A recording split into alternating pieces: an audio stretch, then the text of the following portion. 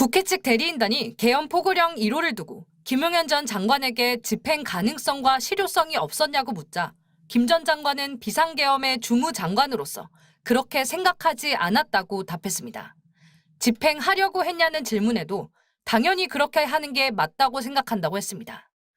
국회의 정치활동까지 금지하는 포고령의 첫 조항은 헌법과 계엄법을 위반하는데도 집행을 강행하려 했다는 겁니다.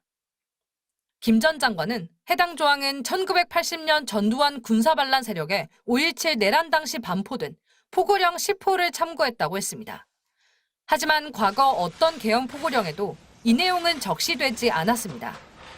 국회 측은 해당 조항의 위헌 위법성을 따지며 윤 대통령이 문제 제기를 하지 않았냐고도 물었습니다. 그러자 김 전 장관은 특별한 언급이 없었다고 답했습니다.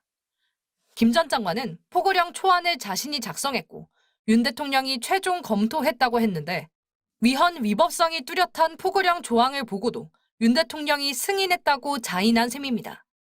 윤 대통령도 김 전 장관에게 포고령 작성 과정을 직접 질문했습니다. 법적으로 검토에 손댈 건 많았지만 계엄이 하루 이상 유지되기도 어렵고 상징성이 있으니 놔두자고 말한 걸 기억하느냐고 물었습니다. 김 전 장관은 윤 대통령이 평상시보다 꼼꼼히 안 보는 게 느껴졌다며 평상시엔 항상 법전을 먼저 찾는데 그날은 찾지 않았다고 답했습니다. 하지만 앞선 검찰 조사 당시 진술은 달랐습니다. 비상계엄 요건에 대해 윤 대통령이 법전을 찾아봤다며 법률가 출신 대통령이 직접 검토한 만큼 별도의 법무 검토가 필요 없다고 여겼다고 진술한 걸로 파악됐습니다. 증인신문이 끝나갈 무렵 이미선 재판관은 야당에 경고하고 부정선거를 조사하는 이유로 비상계엄을 선포할 수 있다고 생각하느냐고 물었고 김 전 장관은 비상계엄 요건은 대통령이 판단하는 것이라고 답했습니다. 윤 대통령 측은 기회가 있을 때마다 비상계엄 선포 판단은 대통령의 몫이고 수사기관과 사법부가 판단할 수 없다며 전두환식 논리를 펼쳐왔습니다. 하지만 대법원은 전두환의 내란 수괴 혐의를 유죄로 확정했습니다. MBC 뉴스 유서영입니다. 정장 차림으로 재판정에 들어선 윤석열 대통령.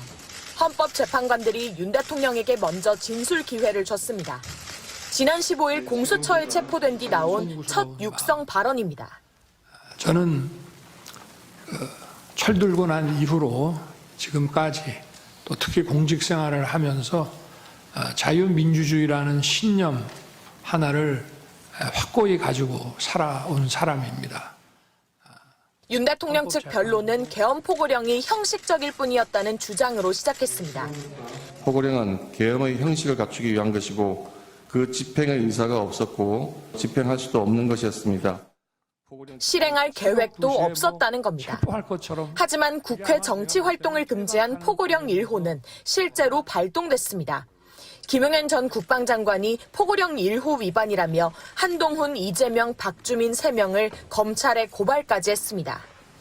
윤 대통령 측이 헌재에 낸 답변서와도 배치됩니다. 윤 대통령 측은 비상계엄이 적어도 며칠간 이어질 거라 예상했다고 했습니다. 포고령 대부분이 위헌 투성이라 파면을 피할 수 없을 거라는 관측이 많은 상황에서 윤 대통령 측이 형식적 포고령 주장을 내놓은 겁니다. 일체의 정치 활동을 금한다는 포고령 1호는 우리 헌법에 부합합니까? 현 헌법에는 부합하지 않습니다. 계엄 포고령에 대한 윤 대통령 측 입장은 여러 차례 꼬여왔습니다. 앞서 김용현 전 장관이 군사정권 당시 예문을 그대로 베껴왔다며 책임을 떠넘겼습니다. 그런데 실제 군사정권 시절 선포된 포고령에는 어디를 봐도 국회 활동을 금지한다는 조항이 없습니다. 김 전 장관의 검찰 진술과도 배치됩니다. 김 전 장관은 윤 대통령이 포고령 작성 과정에서 관련 법전을 찾아봤다고 진술한 것으로 알려졌습니다. 포고령을 검토한 최종 승인권자가 윤 대통령이라는 겁니다. 검찰은 최근 김 전 장관이 포고령 1호 작성 과정이 담긴 노트북과 자신의 휴대폰을 부수라고 측근에게 지시했다는 진술도 확보한 것으로 전해졌습니다. 증거인멸이 의심되는 정황입니다. 김 전 장관의 파쇄 지시가 형식적인 포고령일 뿐이라는 윤 대통령 측 주장을 정면 반박하는 셈입니다. MBC 뉴스 구나연입니다.